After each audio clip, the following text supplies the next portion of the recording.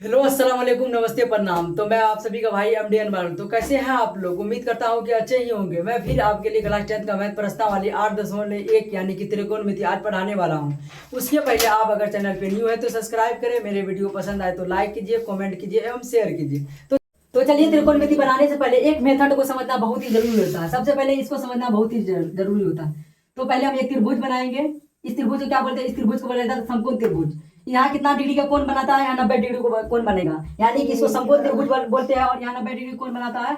मान लो कि इस त्रिभुज मान लेते हैं ए बी और सी मानेंगे।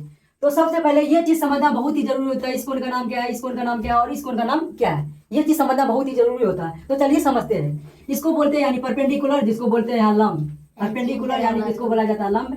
इसको बोला जाता है बेस, यानी कि इसको बोला जाता है आधार। और इसको बोला जाता है हाइपोटेनस, यानी कि इसको बोला जाता है कर्ण। हाइपोटेनस यानी कि इसको क्या बोला जाता है? कर्ण बोला जाता है।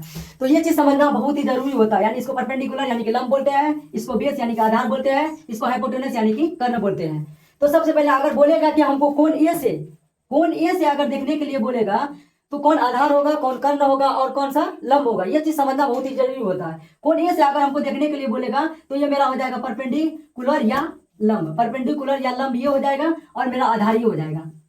आधार मेरा कौन सा हो जाएगा? ये, यानी कि बेस ये हो जाएगा।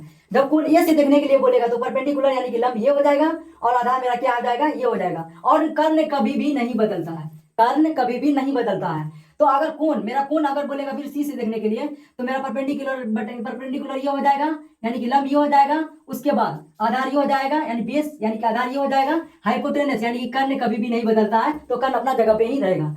तो चलिए, त्रिकोणमिति पढ़ने से पहले एक सूत्र को समझना बहुत ही जरूरी होता है। तो चलिए सूत्र को देखते हैं। सूत्र क्या बोलता है? पहला सूत्र क्या होता है? त्रिकोणमिति का एक सूत्र होता है, यानी कि साइन थीटा बराबर क्या होता है? यानी कि लंब बट्टा का कर्ण, लंब बट्टा का कर्ण। यानी कि इसको हिंदी बोलते हैं पी बट्टा का, इंग्लिश में बोलते हैं पी बट्टा का एच। और दूसरा क्या होता है? कोस थीटा बराबर, दूसरा होता है कोस थीटा बराबर क्या होता है? यहाँ हो जाएगा आधार बट्टा का कर्ण, आधार बट्टा का कर्ण। यानी इसको इंग्लिश में क्या बोलते हैं? बी बट्टा का एच। और तीसरा क्या होता है मेरा? तीसरा होता है यानी कि टेन थीटा बराबर होता है आधार बट्टा का, सॉरी, लंब बट्टा का आधार। यानी इसको इंग्लिश में बोलते हैं पी बट्टा का बी।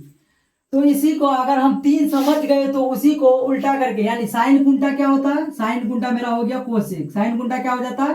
कोसेक। कोसेक थीटा बराबर क्या होता है? यानी साइन का उल्टा हो जाएगा, यानी कर्ण ऊपर जाएगा और लंब नीचे आएगा। यहाँ हो जाएगा कर्ण बट्टा के यहाँ आ जाएगा लंब, कर्ण बट्टा का लंब आ जाएगा। यानी इसको इंग्लिश में बोलते हैं एच बट्टा का पी। और यहाँ कोस कुंटा क्या हो जाता है? कोस कुंटा हो जाता है सेक। कोस कुंटा क्या हो जाता है? सेक। यानी सेक, कोस कुंटा सेक, इसका उल्टा करेंगे कर्ण ऊपर जाएगा, आधार नीचे आएगा। यहाँ लिखेंगे कर्ण बट्टा का आधार, कर्ण बट्टा का आधार। यानी कि इसको बोलते हैं, यानी कि एच बट्टा का बी, इंग्लिश में इसको एच बट्टा का बी बोलते हैं। और 6 नंबर में टेन कुंटा क्या होता है? टेन कुंटा होता है कोड, टेन कुंटा कोड होता है। यानी यहाँ हो जाएगा आधार बट्टा का लंब। इसको क्या बोलते हैं? आधार बट्टा का लंब, यानी कि बी बट्टा का पी, इसको इंग्लिश में बोलते हैं। तो ये चीज समझ गए, यानी कि तीन को याद रखना है और उसी को उल्टा करके इसका निकालना। यानी कि साइन कुंटा कोसेक होता है, कोस कुंटा सेक होता है और टेन कुंटा कोट होता है। ये चीज समझना बहुत ही जरूरी होता है। सूत्र को याद रखने के लिए एक ट्रिक होता है। ये ट्रिक क्या होता है? चलिए तो हम लोग देखते हैं। ये ट्रिक बहुत ही मोस्ट वेरी वेरी इंपॉर्टेंट है। तो ये सूत्र क्या होता है? यानी कि इसका एक ट्रिक होता है, ट्रिक, ये सूत्र याद करने का एक ट्रिक होता है। यहाँ पे सबसे शॉर्ट ट्रिक है, कोई भी याद कर लेगा, कोई किसी को दिक्कत नहीं होगा। यानी यहाँ होगा पाकिस्तान भूखा प्यासा, उसके बाद हिंदुस्तान हरा भरा। यानी कि साइन थीटा बराबर मेरा क्या होता है? पी बट्टा का एच। कोस थीटा बराबर क्या होता है? बी बट्टा का एच। और टेन थीटा बराबर क्या होता है? पी बट्टा का बी। जब हमको तीन पता चल जाएगा तो उसी का उल्टाते जाएंगे और तीन और निकाल लेंगे। यानी कि इसका एक ट्रिक है, ये शॉर्ट विधि है, ये याद रखने में अच्छा होगा। यानी पाकिस्तान भूखा प्यासा, हिंदुस्तान हरा भरा, साइन थीटा बराबर होता है पी बट्टा का एच, कोस थीटा बराबर बी बट्टा का एच और टेन थीटा बराबर पी बट्टा का बी। तो चलिए मेरे वीडियो में बने रहने के लिए धन्यवाद। उसके पहले लाइक करें, कमेंट करें एवं शेयर करें, प्लीज सब्सक्राइब करें।